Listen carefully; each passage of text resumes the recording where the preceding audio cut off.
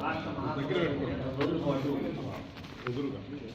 నేను ఇప్పుడు జనాలు అడ్వకేట్గా పనిచేస్తున్నాడు ఎల్జీ శివ, ఇంకో కామరేడు, అట్లా రమేష్, ఇట్లా మేమందరం బాగా తీసుకోవడం ఆయన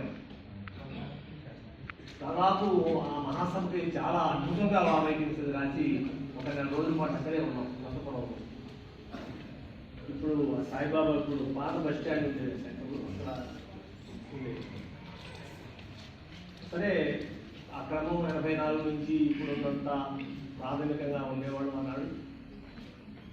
రాజకీయంగా ఆలోచనలు అప్పుడు ఆ సభలో జరిగిన చర్చలు, మహిళల పాత్ర, రాజ్యాంగ అప్పుడు ఐలే గారు కూడా అందరూ ఉండేవాడు. ఒక పెద్ద చర్చ జరిగింది.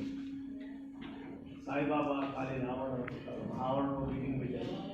మేము కూడా అర్థం చేసుకోవడానికి ఆ మహాసభ యొక్క చర్చల ప్రభావం, ఆ మహాసభలో నేను చేసినటువంటి కృషి, గోవిందరాజు గారు, కరుణాకర్ గారు, కైలావమ్మ గారు, సోమపల్లి నారాయణ రెడ్డి గారు, వీళ్ళందరితో నేను కలిసి పనిచేసేటువంటి అనుభవాలు మమ్మల్ని ఇంకా కాస్త జనంతో ఉండి అది చేయించాలి. అప్పుడు మండసుబ్బారెడ్డి గారు ఉంటే దానికి అనుభవం రాలేదు.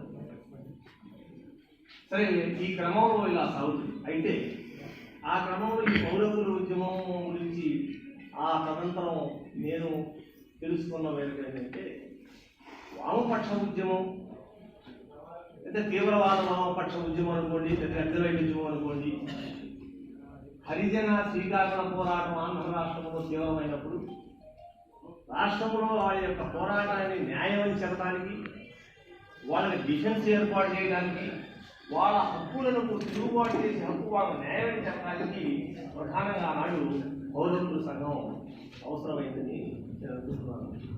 ఆ క్రమంలో మొట్టమొదట ఈ వామపక్ష భావాచారం ఉన్నటువంటి మేధావులు ఈ వెనక ఇందాక చెప్తారు వాటగారు రెడ్డి గారు, నాగిరెడ్డి గారు, ఒక సెక్షన్కి బీవీ గారు అట్లా ఉండేవారు, ఇంకో సెక్షన్కి కొల్లారెడ్డి గారు, ఇంకొక భాగం ఉండేది. ఆ 2 వర్షాల నుంచి ఒకవైపు సిఎల్సి, మరొక వైపు ఓపీడీఆర్ పుట్టింది అనేది మనందరికీ తెలిసినటువంటి అంశం. అయితే వామపక్ష ఉద్యమం చీలినప్పుడల్లా కూడా వామపక్ష ఉద్యమంలో జరిగినటువంటి సిద్ధాంత చర్చలన్నీ కూడా పౌర హక్కుల ఉద్యమం మీద తప్పనిసరిగా పడ్డాయి, అవి పడుతూ ఉన్నాయి. అయితే ఈ క్రమంలో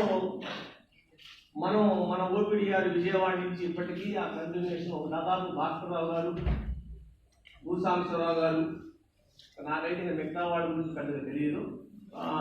సాంబశివరావు గారు మా జిల్లా, అక్కడ ఆయన నల్గొండ జిల్లా వెళ్ళాడు, గుంటూరు జిల్లా అంతా వెళ్ళారు. ఆయన వర్క్ అంతా కూడా నాకు ఆయనతోటి మేము కలిసి ఎక్కువగా పనిచేసింది లేనప్పటికీ కూడా ఈ యొక్క పౌర హక్కుల ఉద్యమం మీద రాజ్యం హింస పాత్ర ఇందాక చెప్పారు. ఆయన వివాహంలోనే కులాధిపత్యం, పురుషాధిపత్యం, వర్గాధిపత్యం, సామాజిక ఆధిపత్యం, సామాజిక పోరాటము, ఆర్థిక పోరాటం, ఈ రెంటిని ఎలా మిళితం చేసి సంఘాన్ని విముక్తి చేయాలనే కాడ మన మధ్య ఉన్నటువంటి అనేక అంశాలు పౌర హక్కుల ఉద్యమంలో కూడా రిఫ్లెక్ట్ అయింది. బహుశా ఆ క్రమంలోనే మళ్ళీ మనం ఈ ఓపీడీఆర్ విజయవాడ తర్వాత ఈ సభ జరుపుకుంటున్నాం అని అనుకుంటున్నాను.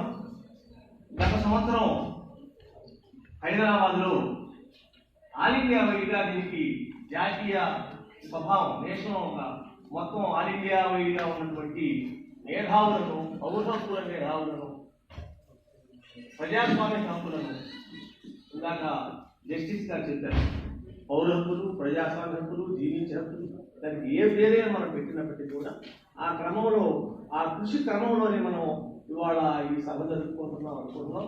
అందుకని మనం వామపక్ష ఉద్యమానికి దూరంగా ఇది మనం ఆలోచించలేము. ఇది వామపక్ష ఉద్యమంలో భాగంగానే పౌర హక్కుల ఉద్యమని నేను అనుకుంటున్నాను. అదేవిధంగా మన సమావేశంలో కూడా మనం ఇందాక చెప్పారు, మనం ప్రతిఘటన వచ్చిన పోరాటం చంద్రబాబు గారు కానీ పౌర హక్కుల ఉద్యమంలోనూ ఆంధ్ర రాష్ట్రంలో గొప్ప దళిత వర్గాలకి చాలా నమ్మకమైన మిత్రుడిగా ఉండి జీవితాంతం ఆజీవనాంతం కమ్యూనిస్ట్ ఉద్యమ నిర్మాతగా ఉండి ఒక కమ్యూనిస్ట్ సిద్ధాంతం కోసం, కమ్యూనిస్ట్ విప్లవాల ఐక్యత కోసం కృషి చేసినటువంటి వెంకయ్య గారి కోసం బల్లా వెంకయ్య గారు, అట్లానే కరిమల నాగిరెడ్డి గారు, దేవులపల్లి వెంకటేశ్వరరావు గారు, ఇలాంటి అనేక మంది, పచ్చిపాటి వెంకటేశ్వర గారు, మహాకవి శ్రీశ్రీ గారు, వీళ్ళందరూ కూడా పౌరకుల ఉద్యమంలో వాళ్ళ పాత్ర నిర్వహించారు. అటువంటి కాంగ్రెస్ అందరూ కూడా ఈ సందర్భంగా జోహార్ చెబుతూ నాకు